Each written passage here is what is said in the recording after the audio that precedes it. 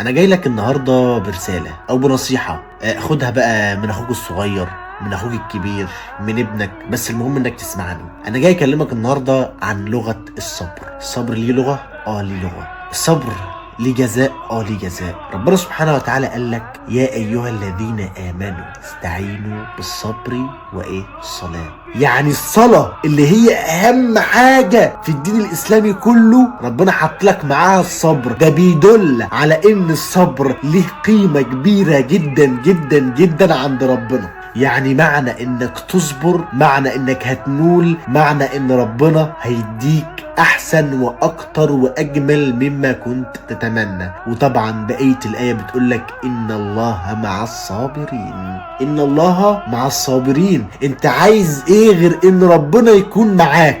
عايز ايه غير ان ربنا هو اللي هيجزيك وهو اللي هيديك؟ عايز ايه غير العوض بتاع ربنا؟ هو في اجمل من العوض بتاع ربنا؟ لا. ومش بس كده، ربنا قال لك: وبشر مين يا رب؟ مين يا رب اللي انت هتبشرهم؟ الصابرين. وبشر الصابرين. انت متخيل؟ وبشر الصابرين. يعني يا عم ربنا اللي بيديك البشرى، ربنا اللي مديك البشرى، ربنا هو اللي بيبشرك، بيقول لك اصبر هتاخد جزاء، هتاخد.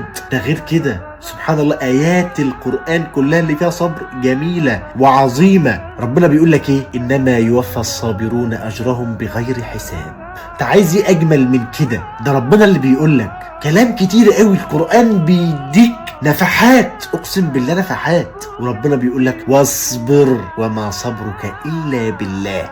ربنا اللي بيقول لك وما صبرك الا بالله. كلام عظيم بيبين لك قد ايه قيمة القرآن الكريم في الصبر. طب مين بقى اللي ربنا بيحبهم؟ هيحب الصابرين. سورة آل عمران.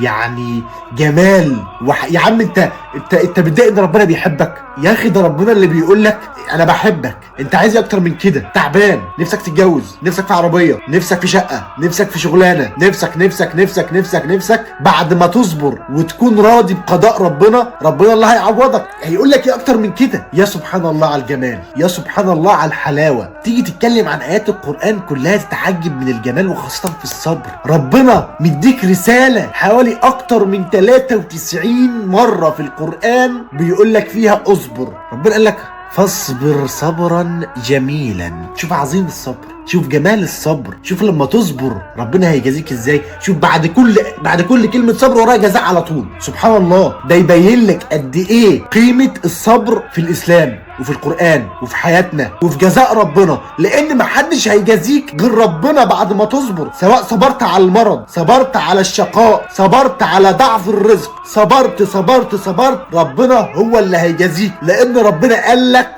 واصبر وما صبرك الا بالله. وقال لك: فاصبر صبرا جميلا. وقال لك: والله مع الصابرين. ربنا مع مين؟ مع الصابرين. ربنا بيحب مين؟ الصابرين. ربنا بيبتلي مين وبيجازيهم؟ الصابرين. ربنا بشر مين؟ الصابرين. ربنا بيجازي مين؟ الصابرين. فانت خليك صابر، خليك راضي بقضاء ربنا، خليك مع ربنا، لان ربنا عمره ما هيبتليك غير انه بيحبك.